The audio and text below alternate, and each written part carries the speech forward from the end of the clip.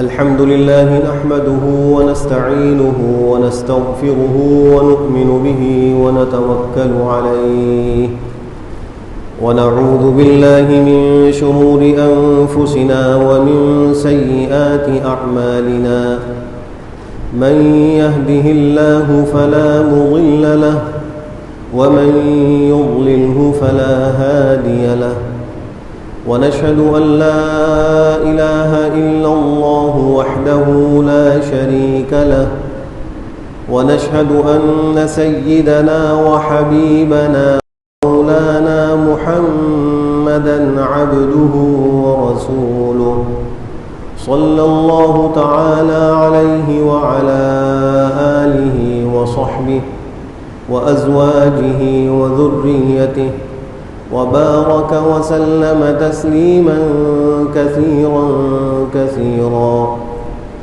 أما بعد فأعوذ بالله من الشيطان الرجيم بسم الله الرحمن الرحيم لن ينال الله لحومها ولا دماؤها ولكن يناله التقوى منكم كذلك سخرها لكم لتكبروا الله على ما هداكم وبشر المحسنين وقال رسول الله صلى الله عليه وسلم ما عمل ابن آدم من عمل يوم النحر أحب إلى الله من إهراق الدم وقال رسول الله صلى الله عليه وسلم من وجد سعة لأن يضحي فلم يضح فلا يقربن مصلانا صدق الله مولانا العظيم وصدق رسوله النبي الكريم ونحن على ذلك من الشاهدين والشاكرين والحمد لله رب العالمين. بزرگان محترم اور برادران عزیز،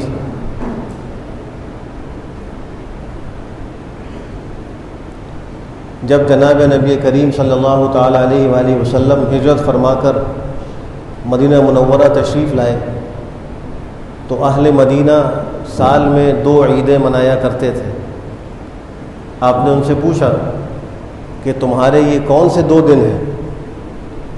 ان 2 دنوں کے اندر وہ خوب مستیاں کرتے تھے، خوشیاں مناتے تھے، شرابیں پیتے تھے اور ایک دوسرے کی دعوتیں کیا کرتے تھے. تو انہوں نے یہ بات کہی کہ یہ ہمارے 2 کھیل کود کے دن ہیں، خوشی کے دن ہیں اور ہم ان کے اندر خوشیاں مناتے ہیں. اس پر سرکار دو عالم صلی اللہ تعالیٰ علیہ وآلہ وسلم نے فرمایا کہ اللہ سبحانہ و تعالیٰ نے تم کو ان دونوں کے بدلے میں ان سے بہتر چیز عطا کر دی اور وہ عید الفطر اور عید الاضحیٰ ہے. اسلام کے اندر مسلمانوں کے لیے صرف یہی 2 عیدیں ہیں جو شرعی اعتبار سے عید ہیں، وہ یہ 2 ہیں، عید الفطر اور عید الاضحیٰ. عید الفطر رمضان المبارک کے روزوں کے بعد ہے 1 شوال کو، اور عید الاضحیٰ 9 ذوالحجہ کو، وقوف عرفہ کے بعد 10 ذوالحجہ کو یہ عید منائی جاتی ہے اور اس دن میں اللہ کے حضور قربانیاں پیش کی جاتی ہیں. صحابہ کرام نے ایک دفعہ جناب نبی کریم صلی اللہ تعالیٰ علیہ وآلہ وسلم سے یہ بات عرض کی، ما هذه الاضاحی یا رسول اللہ، اے اللہ کے رسول یہ قربانیاں کیا چیز ہیں؟ تو آپ نے فرمایا سنت ابیکم ابراہیم علیہ الصلاۃ والسلام، یہ تمہارے والد حضرت ابراہیم علیہ الصلاۃ والسلام کا طریقہ ہے، ان کی سنت ہے. پھر صحابہ کرام نے عرض کیا کہ ہمیں ان قربانیوں کے بدلے میں کیا ملے گا؟ آپ نے فرمایا بکل شعرۃ حسنہ، ہر بال کے بدلے میں ایک نیکی ملے گی. قربانی کے جانور پر جتنے بال ہوں گے ایک ایک بال کے بدلے میں ایک نیکی ملے گی. پھر صحابہ کرام نے عرض کیا یہ جو جانوروں کی پشت پر اون ہوتی ہے، اس لیے کہ اونٹ کی پشت پر بھی اون ہے اور بھیڑ اور دمبے کی پشت پر بھی اون ہوتی ہے، تو صحابہ کرام نے عرض کیا کہ اس اون کا کیا ہوگا؟ آپ نے فرمایا کہ اون کے ہر روئے کے بدلے میں اللہ تم کو ایک نیکی عطا فرمائے. اور پھر حدیث میں آپ نے فرمایا کہ ما عمل ابن آدم من عمل یوم النحر احب الی اللہ من احراق الدم، اللہ سبحانہ و تعالیٰ کے نزدیک یوم النحر کو ابن آدم کا سب سے زیادہ محبوب عمل وہ اللہ کے حضور قربانی کو پیش کرنا ہے. جانور قربان کرنا آج کے دن میں اللہ سبحانہ و تعالیٰ کو سب سے زیادہ محبوب عمل ہے. اور پھر آپ نے یہ فرمایا کہ وَإِنَّهُ لَيَأْتِي يَوْمَ الْقِيَامَةِ بِقُرُونِهَا وَأَشْعَارِهَا وَأَغْلَافِهَا. ایسا نہیں ہے کہ تم نے قربانی کی اور تم بھول گئے اور یہ ختم ہو گیا. اللہ سبحانہ و تعالیٰ اس کو محفوظ کراتے ہیں. قربانی کا ایک ایک عمل اللہ کے ہاں محفوظ ہوگا اور قیامت کے دن یہ جانور اپنے سینگھوں، اپنے بالوں، اپنے کھروں کے ساتھ آئے گا اور اس کا بھی میزان عمل میں وزن ہوگا. انسان تو قربانی کر کے بھول جاتا ہے، لیکن اللہ سبحانہ و تعالیٰ کے ہاں یہ اس کی قربانی رائے گاہ نہیں جاتی اور اس کو اس کے بدلے میں نیکیاں عطا اللہ فرماتے ہیں. اور پھر فرمایا کہ قربانی کے جانور کا خون زمین پر گرنے سے پہلے اللہ کے ہاں وہ ایک مرتبہ اور مقام پا لیتا ہے اور قربانی کرنے والے کی بخشش اور مغفرت کا فیصلہ ہو جاتا ہے. اس قربانی کی اگر ہم تاریخ کو دیکھیں تو یہ کوئی نئی تاریخ نہیں، بڑی قدیم تاریخ ہے. سب سے پہلے روئے زمین پر اللہ کے حضور قربانی پیش کرنے والے حضرت آدم علیہ الصلاۃ والسلام کے دو بیٹے تھے، ایک کا نام حابیل اور ایک کا نام قابیل. حابیل نے ایک مینڈھا اللہ کی بارگاہ میں قربان کیا اور قابیل نے کچھ غلہ اور اناج اللہ کی بارگاہ میں پیش کیا. اور ایک زمانے تک یہ معمول رہا کہ قربانی کی قبولیت کی علامت یہ ہوتا تھا کہ آسمان سے آگ آتی تھی اور اس قربانی کو کھا لیا کرتی تھی. اور یہی وجہ ہے کہ علماء مفسرین نے لکھا ہے کہ جب حابیل اور قابیل نے قربانی پیش کی تو حابیل کے مینڈھے کو آسمانی آگ نے آ کر کھا لیا تھا، یہ اس کی قبولیت کی علامت تھی. اور قابیل کے غلے کو اور اس کے اناج کو آگ نے نہیں کھایا، اس کی قربانی مردود ہو گئی. لیکن اس امت محمدیہ علی صاحبہ صلوات و تسلیمات پر اللہ نے یہ خاص فضل فرمایا اور اس کا خاص یہ اکرام کیا کہ اس کے ہاں قربانی کرنے کے بعد صرف جانچ اس کے تقوی کی ہے، باقی پوری قربانی اس آدمی کی ملک ہے، اس کو جیسے چاہے وہ استعمال کرے. ایسا نہیں ہے کہ قربانی کرنے کے بعد اب قربانی کے گوشت سے قربانی کرنے والے کا کوئی تعلق نہیں ہے، بلکہ وہ سارا گوشت بھی اللہ سبحانہ و تعالیٰ نے قربانی کرنے والے کی ملک بنا دیا اور اس کی کھال اور اس کے کھر ہر ایک ایک چیز وہ قربانی کرنے والے کی ملک ہے. اور یہی وجہ ہے کہ علماء نے لکھا ہے کہ اگر کوئی شخص اپنی قربانی کی کھال سے بنفس نفیس خود فائدہ اٹھانا چاہے تو جائز ہے. یعنی اس قربانی کی کھال سے کوئی بچھونا بنا لے، مصلح بنا لے، مشکیزہ بنا لے تو یہ جائز ہے.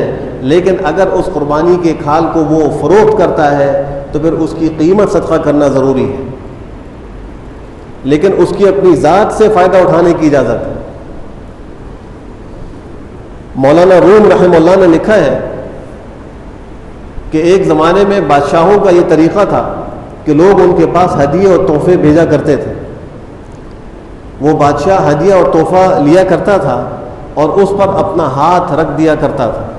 یہ ہاتھ کا رکھنا اس تحفے اور ہدیے کے قبول ہونے کی علامت ہوتی تھی اور پھر وہ تحفہ واپس کر دیا کرتا تھا اور لوگ وہ اپنا دیا ہوا تحفہ واپس لے جاتے تھے. تو مولانا روم فرماتے ہیں کہ اللہ سبحانہ و تعالیٰ نے بھی قربانی کے اندر یہی معاملہ فرمایا کہ بندے اللہ کے حضور اللہ کے لیے قربانی کا نذرانہ پیش کرتے ہیں، گویا اللہ اپنا دست قدرت اس قربانی پر رکھ کر کہتا ہے کہ ہم نے تم کو یہ واپس کر دیے، اب تم اس کا گوشت کھاؤ اور تم اس سے فائدہ اٹھاؤ. چلتے چلتے یہ قربانی حضرت ابراہیم علیہ السلام تک پہنچی اور اس کا تفصیلی واقعہ میں گزشتہ جمعے میں عرض کر چکا ہوں. حضرت ابراہیم علیہ السلام پر کئی طرح کی آزمائشیں آئیں، کئی طرح کے امتحانات آئے. شروع میں اپنی قوم کے ساتھ ان کا ایک مناظرہ ہوا. انہوں نے قوم کو توحید کی دعوت دی، آسمان پر چمکتے ہوئے ستارے کو دیکھا اور کہا کہ تمہارے خیال کے مطابق یہ میرا رب ہے، اس سے کہ ان کی قوم وہ کواکب پرست تھی. لیکن جب وہ ستارہ غروب ہو گیا تو کہا کہ میں تو اس کو رب نہیں مانتا، یہ غروب ہونا یہ تو پروردگار کی شان نہیں ہے، تأثر کو قبول کرنا یہ خالق کی شان نہیں ہے. پھر چاند کو چمکتا ہوا دیکھا تو کہا کہ تمہارے گمان کے مطابق یہ چاند میرا رب ہے۔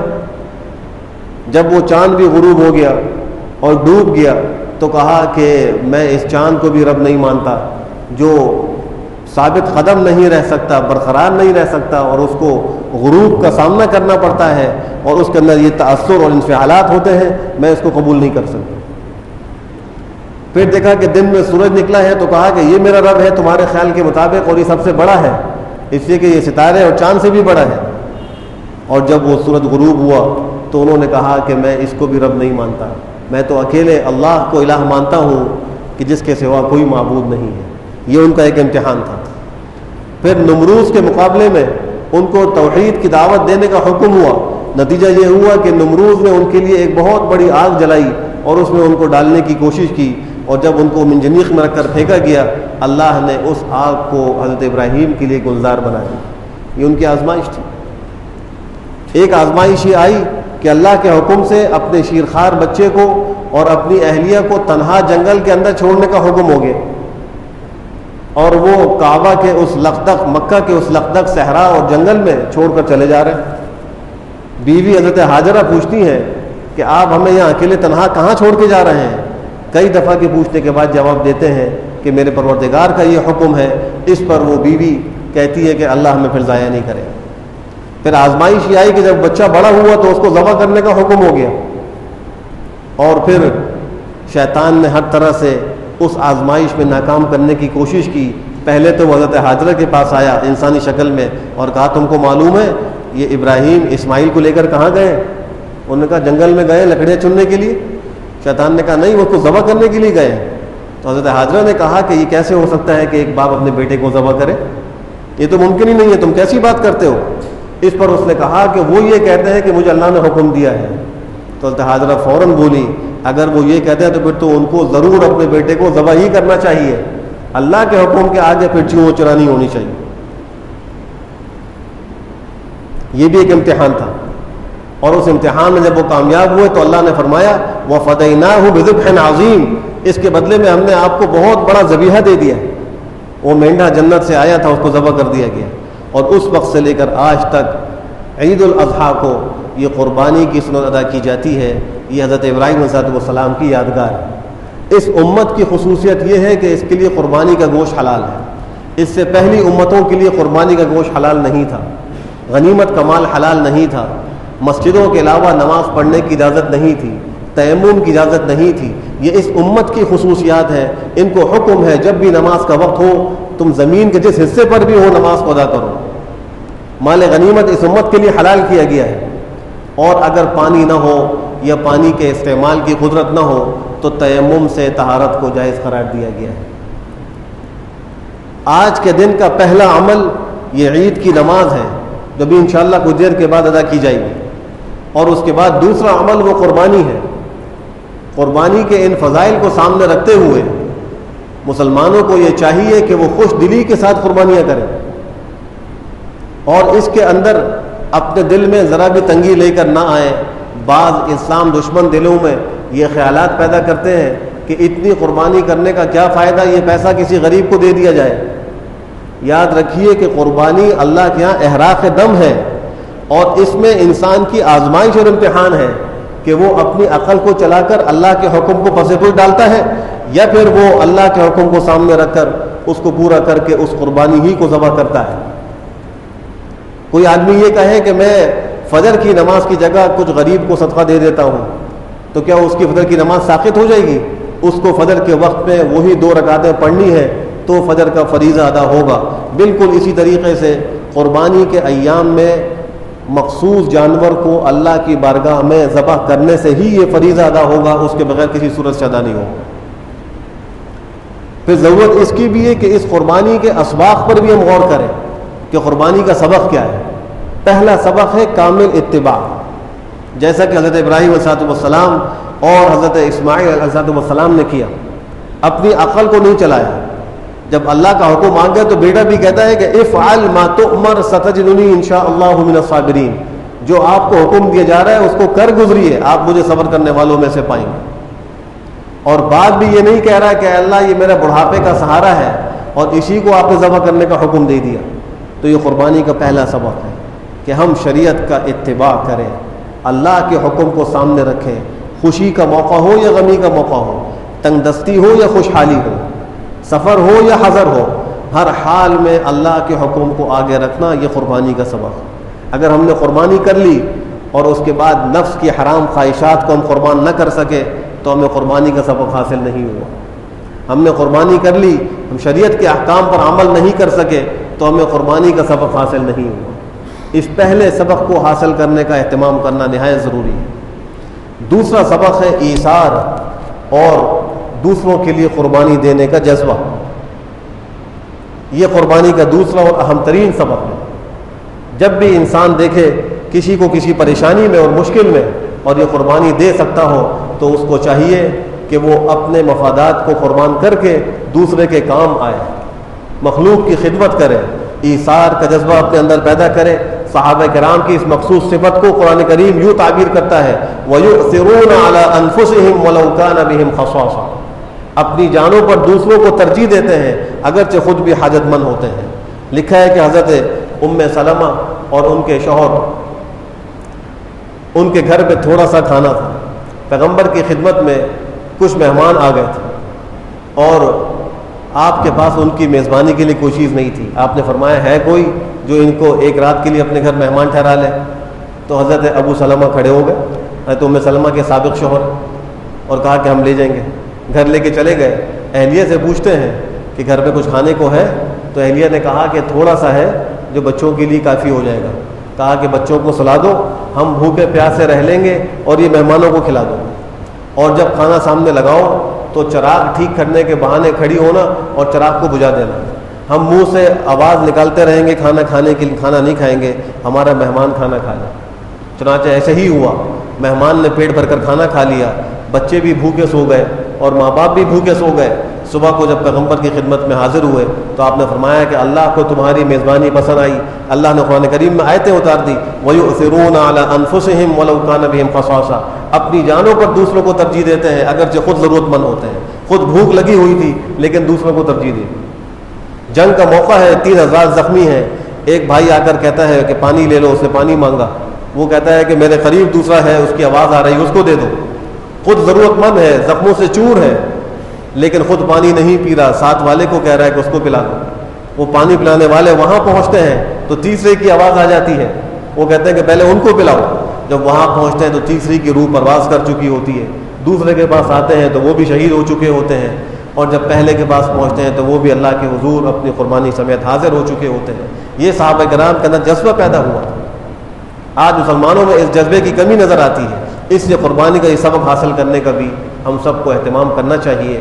اللہ سبحانہ و تعالی ہم سب کو صحیح طریقے سے قربانی کرنے کی توفیق نصیب فرمائے، اور قربانی کے جو اسباب، فوائد اور حکمتیں ہیں اللہ ہم سب کو نصیب فرمائے، اور جملہ عالم اسلام کے مسلمانوں کی اللہ قربانیوں کو قبول فرمائے۔ وآخر دعوانا الحمدللہ رب العالمین۔ صفوں کو درست فرما لیجئے، اسی دوران انشاءاللہ نماز کا طریقہ بھی عرض کر دیتا ہوں۔ اگلی صفوں کو پہلے مکمل کیجئے، اس کے بعد نئی صف کا آغاز کیجئے۔